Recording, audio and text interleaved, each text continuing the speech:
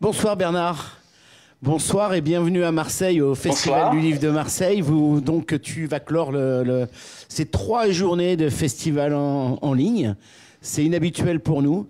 On aurait dû se voir en live, comme on dit Mais bon, écoute, ça sera la prochaine fois, je pense, mais on est très heureux de te recevoir. Et on veut remercier aussi tous les gens qui nous ont suivis pendant 3 jours. Et puis, je leur dis à l'année prochaine, le premier week-end de décembre, en vrai de vrai, au festival, au même endroit, au Parc Chano, que je remercie de nous avoir accueillis avec la SAFIM pendant 3 jours. Et je vais laisser Elsa Charbit, que tu connais très très bien, t'interviewer pour ce très beau dernier livre. Et puis, à bientôt. Merci à tous. Je suis désolé de faire les remerciements sur ton interview, mais c'est la fin du week-end pour nous. C'est voilà, le meilleur par la fin, comme on dit. Et merci à nos partenaires, à tous nos partenaires. Je t'embrasse et puis je te laisse avec Elsa. Ciao. Très bien, bonsoir. Bernard, bonsoir. Je suis ravie qu'on se retrouve pour le festival à Marseille, de Marseille, même si si vous êtes loin de nous, le plaisir c'est d'être ensemble. On va évoquer ce livre, La planète des chats, qui est paru chez Albin Michel. Ce livre, Bernard Werber, est le dernier volet de la trilogie que vous avez consacrée aux chats. Tous ceux qui l'ont suivi ont pu suivre les péripéties de la chatte Bastet et de ses compagnons. Cette fois-ci, ce sera donc l'épilogue de ses aventures. Vous aimez beaucoup, Bernard Werber, partir d'un point de vue. Il y a eu les fourmis, bien sûr, on s'en souvient. Aujourd'hui, ce sont les chats. Je crois que tout est parti cette fois-ci d'une chatte que vous possédiez qui s'appelait Domino. Racontez-nous un petit peu cette histoire. Alors, Domino m'a été offerte par une autre écrivaine qui s'appelle Stéphanie Janico. Et Domino est ce qu'on appelle un chat diva. Je pense que parmi les gens qui nous entendent, il doit y avoir des possesseurs de chats. Donc, il y a 2 sortes de chats, les chats gentils et les chats divas. C'est pas tellement que les chats divas sont pas gentils, c'est qu'ils sont d'un égoïsme total. Je sais pas si toi-même, Elsa, tu as eu des chats. J'en ai eu. Et c'est vrai que c'est très indépendant, un chat. Oui, c'est indépendant, mais après, il y a une forme d'égoïsme qui est plus ou moins développée. Et c'était une chatte qui supportait pas que je m'intéresse à quelqu'un d'autre qu'elle. Donc, dès que je tapais sur l'ordinateur pour écrire mes livres, elle se mettait à piétiner mon clavier. Et puis, elle était tout le temps dans l'idée que tout le monde doit l'admirer, tout le monde doit la vénérer. C'est pour ça que dans le livre, je l'appelais Bastet, en référence à la déesse égyptienne Bastet, qui était une divinité très importante d'Antiquité. Alors, dans ce qui s'est passé très rapidement, c'est simplement, rappelons que la planète est envahie, la ville est envahie par les rats, et Bastet décide d'emmener tout le monde sur un bateau et de rejoindre New York en espérant que là, les rats seront et moins nombreux et moins méchants, j'allais dire. Bon, c'est pas tout à fait ce qu'ils vont trouver, même si... Bouge pas, il faut que je règle une petite affaire. Mais oui, je ne bouge pas. Nous ne bougeons pas. Ah, c'est la fenêtre, ok. Non, c'est rien. Donc, Bastet prend la tête de la résistance. Moi, je voudrais dire quand même que Bastet est une chatte particulière parce c'est un chat augmenté. Elle a une espèce de 3e œil. Je voudrais que tu expliques ça à nos auditeurs. Enfin, ceux qui nous écoutent, Alors, oui. Ça, c'est une découverte qui existe réellement. D'ailleurs, dans mes livres, j'essaie de faire comme de la science-fiction qui existe réellement. Et donc, pour étudier notamment les rêves, on a branché des clés USB sur le cerveau des chats pour voir, parce que le chat est un animal qui dort 12 heures par jour. Ceux qui ont des chats ont dû s'apercevoir que ça dormait beaucoup, ça faisait beaucoup de sieste, et ça rêve énormément. Et c'est grâce au chat qu'on a découvert notamment le sommeil paradoxal. Et là, j'ai imaginé que dans mon intrigue, Bastet se retrouvait muni d'une clé USB qui lui fait un 3e œil et qui lui permet de se brancher sur les ordinateurs. Et grâce à ça, elle va comprendre la place des chats dans le monde. Elle va comprendre aussi comment fonctionne le monde des humains. Et donc, vu que le récit est raconté par Bastet, donc cette chatte qui se prend pour une divinité, il y a la possibilité pour elle de faire des références au monde humain et même de comprendre elle-même qu'elle est une sorte de divinité, et elle espère du coup recréer déjà la religion d'admiration des chats. C'est en ça que ça la rend encore plus mégalo que la plupart des chats déjà mégalos. Alors, ce qui lui donne donc accès, on retrouve à travers le livre, c'est un procédé que vous avez souvent utilisé, d'extraits de l'encyclopédie du savoir relatif et absolu. Donc là, on les retrouve aussi dans ce livre. Mais alors, dans ce livre, le livre commence. Moi, j'avais l'impression d'être dans un roman de KPDP. Il y a un rythme enfin, vous nous avez pas vraiment habitué à une scène tout de suite au début comme ça, fracassante. Mais ça marche, c'est extrêmement visuel. Et bien sûr, l'idée, je pense quand même, c'est aussi de nous divertir, Bernard Werber, et là vraiment ça fonctionne dès le début. Voilà. Tu as trouvé la bonne référence, c'est-à-dire que moi j'écris pour que les gens, surtout dans cette période un peu compliquée, et prennent du recul, se détendent, rient, voient de l'action et ne soient pas dans l'introspection déprimante, ce qui est souvent le cas de la littérature française.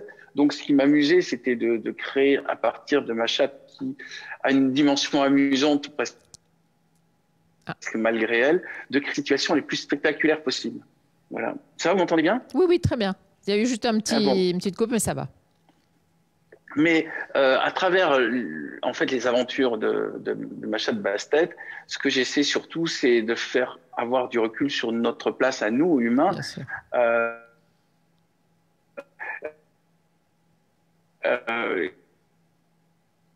Sorte de ces livres où des gens racontent. Là, avec le regard d'un chat, d'une chatte, pour être précise. D'ailleurs, ça, c'est une copie du Louvre de la vraie Bastet. Oui. Et comme on voit, d'ailleurs, je vais montrer un truc. Elle a une clé USB. Non, elle n'a pas une clé USB, mais la vraie, c'est une représentation donc, qui existait réellement. Et on voit, il y a un truc sur le front qui ressemble assez. Voilà. Or, quand j'ai écrit le roman, je n'avais pas vu cette statue. Et quand j'ai vu cette statue, je me suis dit, tiens, c'est marrant, ça raconte exactement la même histoire. Et non, ce qui m'amuse, c'est de parler d'humanité et de parler de nous comme d'une civilisation qui connaît des remous, surtout actuellement, et qui doit arriver à trouver un chemin, je pense, d'harmonie entre les hommes et aussi avec les autres espèces animales. Il y a une sorte de réconciliation à faire avec les chats, avec les chiens, avec tous les animaux, et de les considérer non plus comme de la matière première, mais plutôt comme des partenaires. Et j'ai la même vision pour les plantes et pour la planète, c'est-à-dire tout ce qui vit est en connexion avec nous. Et si nous nous déconnectons de ça pour avoir que des problèmes humains, eh bien, au bout d'un moment, on va être tous déprimés parce que la nature est ce qui nous ressource. Et c'est ce qu'a compris mon héroïne, ma chatte. Et c'est ce que, un peu, c'est l'idée du roman. C'est nous avons peut-être des choses à apprendre des autres espèces vivantes, et c'est grâce à ça qu'on va pouvoir s'en tirer. Bon, de toute façon, c'est une idée qu'on a retrouvée dans d'autres ouvrages que vous avez écrits, et que là, vous persistez, vous signez. Alors ici, on a les chats, on a les rats. Ils sont très envahissants, ces rats. Le monde, ils sont extrêmement nombreux. Alors, c'est vrai qu'ils sont de plus en plus nombreux dans nos villes et dans nos vies actuellement, mais là, ça devient vraiment quelque chose d'épouvantable. Il y a une véritable menace dans votre livre, mais c'est parce que ça part aussi d'une menace que nous vivons. Vous avez l'impression quand même que les rats ont pris une place disproportionnée qu'ils ne tenaient pas jusqu'à maintenant? Je ne sais pas comment c'est à Marseille. Je pense qu'à Marseille, ça doit être un peu comme à Paris. Mais à Paris, on a quand même, par exemple, eu au parc Monceau, des groupes de rats qui ont attaqué des enfants dans un jardin, ce qui est obligé de fermer le parc Monceau. Et on considère qu'il y a 2 rats par Parisien. Et le fait qu'il y ait les égouts et le métro, ça leur permet de proliférer sans aucune limite. Il y a des régions entières, des zones de métro et d'égouts, où les égoutiers ne vont pas et où aucun humain ne peut rentrer, précisément parce qu'il y a trop de rats. Or, c'est une espèce animale qui a l'air a priori anodine, mais qui, je pense, si notre humanité n'arrivait pas à se maintenir, pourrait prendre le pouvoir. Et ce n'est pas qu'une vue d'un roman de science-fiction. Il y a des villes à chats, notamment on voit ça en Grèce, en Égypte, en Israël, dans lesquelles il y a des hordes de chats vivants qui circulent partout. Et dans ce cas, les rats ne prolifèrent pas. Mais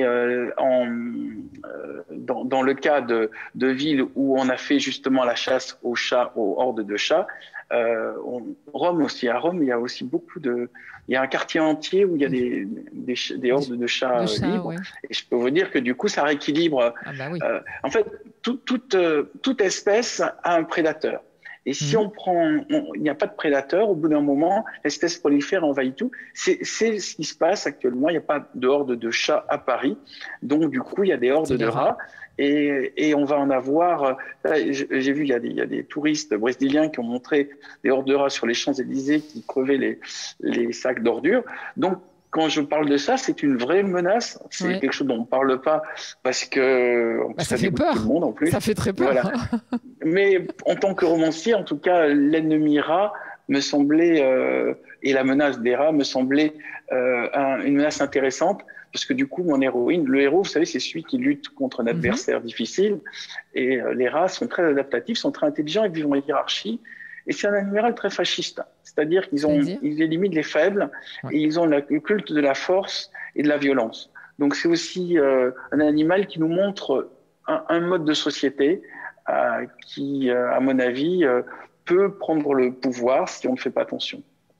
En tout cas, dès le début, la bataille qui se passe sur le bateau, quand les rats montent sur le bateau pour attaquer le chat, enfin vraiment cette scène, elle est terrible et puis ça donne le frisson quand si tous ces rats étaient là en même temps. C'est vraiment un passage extraordinaire. Moi, je voudrais qu'on parle d'un personnage, parce qu'il y a quand même des humains dans votre livre. Je voudrais qu'on parle de Nathalie. Nathalie, en fait, est la servante de Bastet. Elle est à son service et c'est vrai qu'elle est là pour l'accompagner et elle l'a fait aussi avancer. Elle parle avec Bastet, elle lui permet de se lancer 3 défis. Il faut qu'elle progresse dans l'amour, dans l'humour, dans l'art. Et pour parachever tout ça, Nathalie lui dit qu'elle devrait écrire un livre. Alors j'ai adoré cet échange. Je voudrais que vous nous en parliez. Alors, d'abord, ma chatte Bastet considère qu'elle est plus évoluée que les humains. Donc, elle considère que les humains sont une sorte d'espèce en voie de développement et que les chats sont là pour leur montrer ce qu'est la vraie sagesse. D'ailleurs, il suffit de voir les chats comme ils nous regardent, on a vraiment l'impression qu'ils comprennent les choses et qu'ils ont l'impression que nous, on ne les comprend pas. Donc, je me suis basé aussi sur cette observation-là. Et donc, Bastet a comme, non pas maîtresse, mais comme servante Nathalie, qui est une architecte, et elle s'aperçoit que cette servante est tout le temps ballottée par des émotions, par des humeurs, la peur, l'envie. Elle a une sexualité qui est pas très épanouie parce qu'elle a plein de raisons qui font sa pudeur, sa retenue, sa timidité, qui font qu'au final, elle s'amuse pas tellement. Et donc, Bastet, à ce moment-là, se dit, nous, les chats, on devrait déjà leur apprendre à être plus décontractés dans la sexualité. On devrait leur apprendre à exprimer réellement leurs émotions. Et puis, on devrait leur apprendre qu'ils arrêtent de se prendre la tête avec des problèmes inintéressants. Et donc, elle se perçoit un peu comme un maître par rapport à sa disciple, qui serait cette humaine, dans laquelle elle essaye à travers ses miaulements, parce qu'elle a du mal à communiquer avec elle au début, mais grâce à son 3e œil, elle va pouvoir améliorer cette relation. Elle va essayer de l'aider comme une sorte d'être maladroit et imparfait. Mais les chats ont, enfin, si tu as eu un chat, si vous avez eu un chat, ont aussi l'idée qu'ils sont très très beaux et qu'ils ont une fourrure, déjà parce qu'ils se lavent tout le temps, donc ils doivent avoir l'impression que nous on n'est pas très propre. Ensuite, ils sont tout le temps en train de s'arranger la mise en pli, ils sont tout le temps en train de s'étirer, ils sont tout le temps en train de chercher le meilleur endroit. Donc, d'une certaine manière, l'un des constats de Basset, c'est que les chats sont plus heureux que les humains.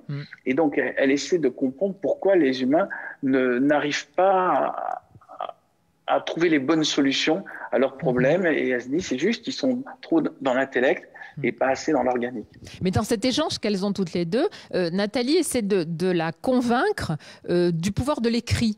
Et cet échange est très intéressant parce que on se demande, bon, bien sûr, vous êtes un écrivain, donc le pouvoir de l'écrit, vous y croyez, ça me paraît une évidence. Mais est-ce que c'est toujours aussi fort aujourd'hui où tant de choses se passent sur les réseaux sociaux, où écrire, c'est souvent avec beaucoup de fautes d'orthographe et des phrases très courtes. Est-ce que ce pouvoir de l'écrit, vous y croyez toujours, Bernard Werber ?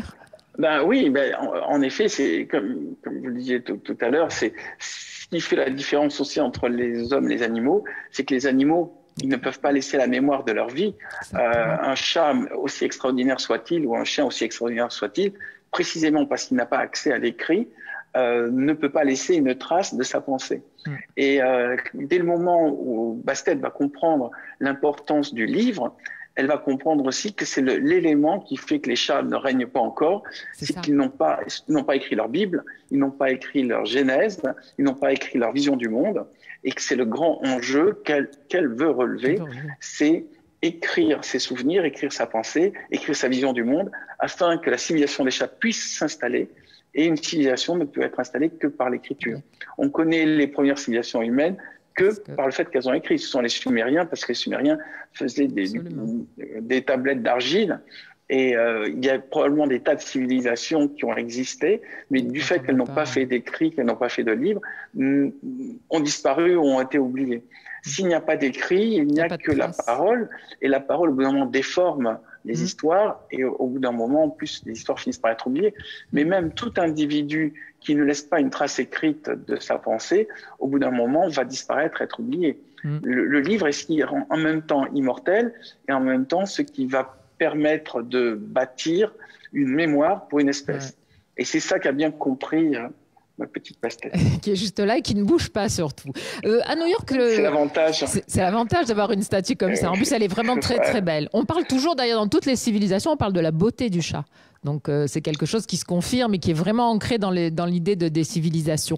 À New York, notre héroïne va découvrir l'habitation verticale pour ne pas être dévorée par les rats. Alors, c'est très intéressant que vous parliez de ça parce qu'on est dans des sociétés où il y a un appauvrissement du foncier, où on est dans la volonté de ne plus de s'étendre de façon urbanistique. Donc, c'est intéressant. Peut-être que ça serait aussi une solution pour les hommes. De quoi? La verticalité? Ben oui, de plus en plus de verticalité. Ça serait peut-être comme ça que là, c'est pour sauver leur peau qu'ils sont obligés d'habiter de façon verticale. Plus ils sont hauts, plus ils sont en sécurité. Mais ça pourrait être aussi une possibilité de voir les villes s'agrandir demain. Quand on va en Chine, à Shanghai ou à Pékin, on voit qu'ils ont choisi la verticalité en copie de New York. Moi, je crois que l'architecture de New York écrase l'individu, et c'est ce que va découvrir aussi mon héroïne. En même temps, elle les sauve, parce que vu que le sol est rempli de rats, les humains circulent en tyrolienne entre les buildings, mais en même temps, tous ces gens sont écrasés par cette architecture monumentale qui rend les individus, j'allais dire, des petites fourmis dans ces structures. Moi, je préfère mettre mon pari à New York ou Marseille à New York, précisément parce que nous avons une sorte de limite au 7e étage. Qui fait qu'il peut sortir des monuments, il peut sortir par endroits, la Tour Eiffel ou des basiliques ou des éléments qui vont surgir de la cité.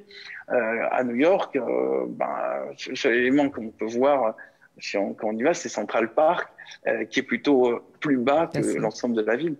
Et ce que je voulais montrer, c'est que le fait de vivre dans un univers tout en verticalité oblige à une pensée différente.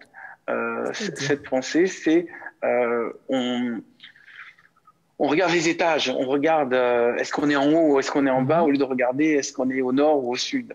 Et quand j'étais à New York, je me rappelle les gens, une fois qu'ils sont dans l'intérieur d'un building, c'est comme si c'était un village. Chaque building correspond à une petite cité, et c'est ce que j'ai voulu remontrer en utilisant le plus haut de tous les buildings dans lequel va atterrir mon héroïne, qui est le One World Trade Center, qui est un building qui surpasse tous les autres, qui est plus haut encore que le Rockefeller Center.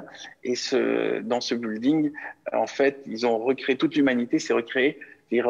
Tout le monde a fui les buildings plus bas et tout se retrouve dans un seul building. J'aimais bien cette idée. Oui, à part qu'à un moment, on va être tellement nombreux sur Terre que ça sera certainement l'unique solution qui restera pour loger tout le monde. La verticalité. Bah oui. Il y avait un livre qui s'appelait Tous à Zanzibar, qui imaginait que si tous les humains se contentaient de 2 mètres carrés autour d'eux, on puisse mettre toute l'humanité dans l'île de Zanzibar. Mais c'était écrit dans les années 60. À l'époque, il devait y avoir que 2 milliards d'individus. Donc maintenant, il faudrait un peu plus. Faudrait peut-être réviser ça. Oui, je pense que ça serait quand même un petit peu difficile. Vous nous parlez dans ce livre de la ronron-thérapie, Bernard Ferber. Qu'est-ce que c'est? J'ai eu la chance de rencontrer et d'avoir comme voisin Jean-Yves Gaucher, qui est un vétérinaire qui a inventé la ronron-thérapie. En fait, il s'est tout simplement aperçu que les chats ronronnaient à 25 MHz et qu'à 25 Hz. Et donc, c'est un son très grave. Et à 25 Hz, en fait, non seulement ça nous apaise, nous, mais ça aide les os à se ressouder. Et or, ce ronronnement n'est pas fait pour communiquer entre chats, c'est vraiment fait pour communiquer du chat à l'homme. Donc, il a étudié ça, il fait passer des bandes d'enregistrement de ronronnement pour détendre les êtres humains. Et c'est vrai que finalement, c'est un moyen pour le chat de nous faire du bien. Mais d'ailleurs, les chats, en général, quand ils perçoivent que leur maître, enfin, leurs serviteurs sont malades, ils viennent, ils s'approchent, ils se mettent sur l'endroit où la personne a mal, c'est le ventre par exemple, vont se poser sur le ventre, et ils vont se mettre à ronronner et on perçoit le ronronnement comme une vibration à l'intérieur de notre corps. Et ça fait partie de la magie des chats. Oui, c'est tout à fait magique ce son et c'est vrai, mais j'ai bien aimé quand vous l'expliquez dans le livre, c'était assez joli. Cette planète des chats, donc vous terminez cette trilogie avec ce dernier livre. L'idée à chaque fois, c'est d'arriver à transposer dans un autre monde, dans une autre dimension, nos problèmes, les problèmes de notre société pour les traiter avec un peu de recul. C'est pour ça que vous prenez les chats, comme vous avez pris les fourmis. Est-ce que c'est votre façon de voir les choses, Bernard Werber ? Oui, de toute manière, ce que je fais, j'appelle pas ça la science-fiction, mais la philosophie-fiction. C'est juste pour montrer que dès qu'on change de point de vue, dès qu'on déplace la caméra pour prendre, par exemple, le point de vue d'un animal ou le point de vue d'un insecte ou le point de vue d'un ange, on comprend mieux les choses. Il y a cette phrase du mathématicien Gödel, c'est pour comprendre un système, il faut s'en extraire. Donc je crois que pour comprendre l'humanité, il faut quitter l'humanité et essayer de comprendre comment pourraient fonctionner des systèmes non humains. Donc il faut regarder les espèces qui sont intelligentes. J'ai pris le chat, mais j'aurais pu prendre en effet, par exemple, même la pieuvre est intelligente, le dauphin, les rats, les corbeaux. Il y a des tas d'espèces, en tout cas intelligentes, dans le sens qui arrivent à trouver la sortie des labyrinthes. Actuellement, c'est le critère pour définir qu'une espèce est intelligente. Et j'essaie en tout cas, de montrer que nous ne détenons pas l'unique talent d'intelligence. D'autres espèces arrivent à sortir du labyrinthe plus vite que nous. D'autres espèces arrivent à résoudre des énigmes plus vite que nous.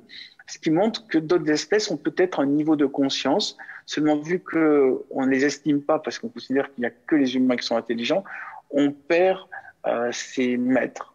Mais par moment, peut-être même des gens, en utilisant l'observation de leur chien ou de leur perroquet ou je ne sais quoi, finissent par comprendre des choses qu'on ne comprendrait pas si on n'avait pas d'animaux. On a besoin d'autres formes d'intelligence. Imaginez la planète s'il n'y avait que des êtres humains et qu'on ne pouvait discuter et voir que des êtres humains, qu'il n'y avait pas de pigeons, qu'il n'y avait pas d'insectes, qu'il n'y avait pas même de rats ni de chats. Je crois qu'on s'ennuierait, on serait très malheureux. Là, profitons qu'il y ait encore un peu de biodiversité, même si celle-ci disparaît, pour essayer de voir les choses un peu différemment. Vous avez parlé d'un labyrinthe lié à l'intelligence, ce serait de pouvoir sortir d'un labyrinthe. En ce moment, le monde et notre société est un peu dans un labyrinthe compliqué. On a du mal quand même à en trouver la sortie, c'est le moins qu'on puisse dire. Que vous inspire ce que vit en ce moment le monde, cette crise du Covid, cette crise sanitaire ? Peut-être qu'on aurait pu la prévoir, certainement même en tout cas. Mais on se retrouve face à une situation difficile à gérer. Qu'est-ce que ça vous inspire, Bernard Werber ? Alors, j'avais évoqué ça déjà dans un livre qui est sorti il y a 5 ans qui s'appelait Troisième Humanité, dans lequel je racontais en gros ce qui se passe. Ce qui est le but d'un bon auteur de science-fiction, c'est de voir venir le futur. Mais j'ai pas le grand mérite, c'est que toutes les générations ont connu une peste. Il n'y a pas une seule génération qui n'a pas connu la peste. Donc, nous étions épargnés jusque-là. Ça pouvait pas durer éternellement. La dernière grande pandémie, ça a été la grippe espagnole, ce qu'on appelait à tort la grippe espagnole, parce qu'en fait, c'est juste l'Espagne est le seul pays qui a communiqué dessus, parce qu'il y avait la guerre de 14-18 et on avait peur que ça démotive les soldats, et que l'Espagne était neutre. Mais nous devions de toute manière connaître ça. Maintenant, ce que je pense du Covid, c'est que ça va nous forcer à réfléchir sur notre condition humaine, sur notre course à la croissance, notre course à la progression. On veut toujours plus de consommation, toujours plus d'êtres humains, toujours plus de destruction des forêts, toujours plus de destruction de l'eau, et ça ne peut pas durer. Là, ça nous rappelle qu'il suffit d'un simple petit virus pour que tout notre système s'effondre comme un château de cartes. Et ce que je trouve intéressant dans cette épreuve, c'est que ça va nous forcer à nous mettre en position pause et à réfléchir déjà pour trouver des solutions pour le Covid, et il me semble qu'on n'avait pas encore sorti, et ensuite pour essayer de comprendre comment faire pour que ça ne se reproduise plus, parce que vu le réchauffement climatique, vu les conditions de notre rapport aux animaux, officiellement c'est censé être parce que des Chinois mangeaient des pangolins qui sont eux-mêmes qui ont été infectés eux-mêmes par les chauves-souris. Théorie que je ne crois pas personnellement, mais enfin, ça montre bien que c'est les animaux qui sont à la source du problème. Je ne crois pas à cette théorie du pangolin, juste en tant que simple humain, mais je pense que le rapport à l'animal est la clé et du problème et de la solution. Voilà. Et tant que la Chine n'autorisera pas à enquêter à Wuhan, on pourra juste dire il s'est passé quelque chose à Wuhan qui a fait qu'il y a des problèmes dans le monde entier. Et c'est dommage que les Chinois ne veulent pas nous dire ce qui s'est passé réellement. Ça va être compliqué, ça. Alors, je sais que vous êtes toujours en train d'écrire, donc il y a toujours un livre de près. Vous pouvez être à la version 2, version 3, version 10 avant que le livre ne sorte. Je sais que vous écrivez toujours comme ça. Oui. Est-ce que cette situation a modifié votre écriture? Est-ce que ce que vous étiez en train d'écrire a été perturbé ou influencé par ce que nous vivons en ce moment, ce que nous vivons depuis le mois de mars dernier? Alors, j'ai écrit 2 livres durant... Oui. Enfin, j'ai terminé un projet... Des fois, j'écris des livres et je ne les publie pas. Oui, en tout cas, j'ai fait un livre entier durant le Covid qui sera peut-être publié l'année prochaine, mais qui est un livre un peu spécial qui sort de l'ordinaire de tout ce que j'ai fait d'habitude. Et je ne peux pas en parler trop parce que tant que l'éditeur ne m'a pas dit ce qu'il en pensait, voilà, ça reste de l'ordre de l'hypothétique. Et j'ai un projet beaucoup plus ambitieux qui serait donc un projet possible pour avril et un projet plus ambitieux pour octobre. Maintenant, je dépends aussi donc de l'avis de mon éditeur. Mais en tout cas, j'ai bien écrit. Maintenant, c'était moins confortable parce que tous les matins, j'ai l'habitude d'aller au café à 8h à midi et demi. Et là, j'ai pas pu sortir. Et donc, rester à la maison à travailler à mon bureau, c'était plus inconfortable. Mais ça n'a pas apporté. Ça a changé l'écriture. Voilà. Est-ce que ça a changé l'écriture pas dans la forme, mais dans le fond? Est-ce que les sujets ont été influencés par ça, ou vous avez suffisamment d'idées comme ça n'a pas? Parce qu'il y a beaucoup d'écrivains dont ça a modifié l'écriture, ou qui ont même écrit sur ce sujet-là. Alors, moi, surtout pas écrire sur le Covid, parce que vu que j'en avais déjà parlé il y a 5 ans, donc j'essaie d'être en avance sur les problèmes et pas en retard. Les 2 sujets sur lesquels j'ai travaillé durant cette période, c'est les 2 sujets que j'avais définis avant la crise. Ouais. Ce que ça a dû changer, c'est peut-être le style. J'écoutais plus la musique, donc le style va être plus musical. Voilà.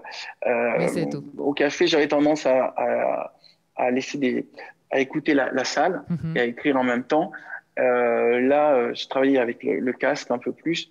Donc, voilà, ça peut changer ça. Mais vous savez, moi-même, au moment où j'écris... Vous savez pas ce que vous allez écrire?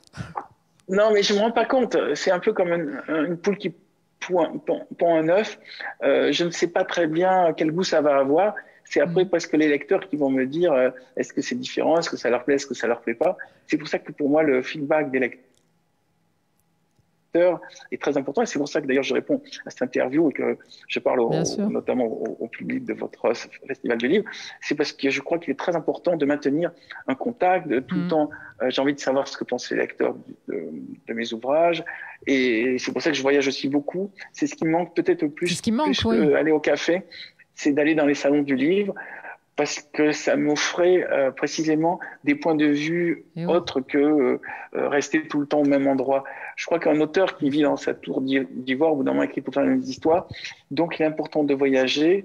Et moi, j'ai essayé tout le temps de rencontrer les lecteurs et de voyager au maximum. Et là, en effet, ça me frustre. Oui. Bon, je voudrais terminer avec une question un peu plus personnelle, Bernard Werber. Votre fils a publié un livre, votre fils Jonathan, c'est son premier livre. Bon, c'est facile comme jeu de mots, les chats font pas des chiens, surtout là avec ce livre qui vient de sortir. Fier, j'en suis sûre, vous êtes certainement très fier, mais son regard sur sa façon d'écrire, sa façon de travailler, elle est certainement différente de la vôtre.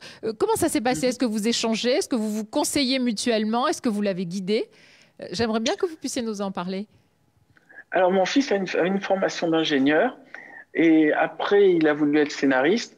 Et puis, je lui ai dit, écoute, entre le moment où tu vas écrire ton scénario, non, il a fait une formation de scénariste dans une école. Et j'ai dit, entre le moment où tu écris ton scénario et le moment où tu vas entrer dans une salle de cinéma pour voir le film adapté, il risque de se passer 15 ans. Alors, le film que tu as envie d'écrire, de réaliser, tu vas déjà faire un roman. Puis tu pourras toujours de toute façon comme ça le présenter. Et donc, il s'est prêté au jeu. En tant qu'ingénieur et que scénariste, il a fait quelque chose, en effet, avec une articulation très complexe. Ça s'appelle Là où les esprits ne dorment jamais. Et c'est une enquête policière en 1880 aux États-Unis, dans lequel il y a une femme détective de l'agence Pinkerton, qui est une agence qui a réellement existé, qui est la première agence détective, qui a une particularité qui est aussi la première agence à utiliser des femmes. Et qui a inventé des techniques notamment toutes les techniques de détective actuelles sont issues de cette agence Pinkerton. Et on leur a demandé de travailler sur les sœurs Fox. Et les sœurs Fox sont 3 sœurs qui ont, à partir de 1850, ont lancé le spiritisme. Et notamment, s'il y a des gens qui font tourner des tables en se touchant les doigts, voilà, c'est issu des sœurs Fox. Et ça a eu énormément de succès. Et les sœurs Fox étaient comme Elvis Presley, faisait des tournées dans les États-Unis avec des salles remplies. Et donc, elles parlaient avec les morts. Et il y avait plus de 30 millions de personnes qui se sont inscrites à la société de spiritisme. Et ça a entraîné d'ailleurs en Europe, Victor Hugo est rentré dedans, Baudelaire, Conan Doyle, Alexandre Dumas. Tous les auteurs étaient fascinés par les sœurs Fox, même ça a continué en Russie, en Espagne. Ça a vraiment été un énorme impact. Et je trouvais que son sujet était bon. Après, je lui ai donné des conseils de régularité, c'est-à-dire cette régularité que j'écris tous les matins, entre 8h et demi, je lui ai appris à avoir une régularité. Tout simplement, je lui ai dit, en imaginant que tu n'arrives pas à comprendre comment on écrit, rien qu'avec la régularité, tu vas trouver ton style. Et c'est ce qui s'est passé. Donc maintenant, il est déjà sur le livre suivant. Ouais. Voilà, maintenant, il n'a pas de chance, il a démarré avec la crise du Covid. Donc, ça a été compliqué déjà pour être visible en librairie et puis pour être visible dans les médias. Donc, il démarre un démarrage discret, mais peut-être que c'est bien parce que comme ça, j'ai dit c'est pas un sprint, c'est un marathon. Il faut tenir sur la longueur, mais enfin, j'invite aussi les gens qui nous écoutent à aller voir son roman Là où les esprits ne dorment jamais. Il est chez un autre éditeur, il est chez Plomb. Et voilà, c'est une autre aventure. C'est une autre aventure. Merci beaucoup Bernard Werber. La planète des chats, paru aux éditions Albin Michel. On espère très vite vous recevoir à Marseille, l'année prochaine certainement. C'est avec vous donc on va clore ce festival du livre 2020 du livre de Marseille.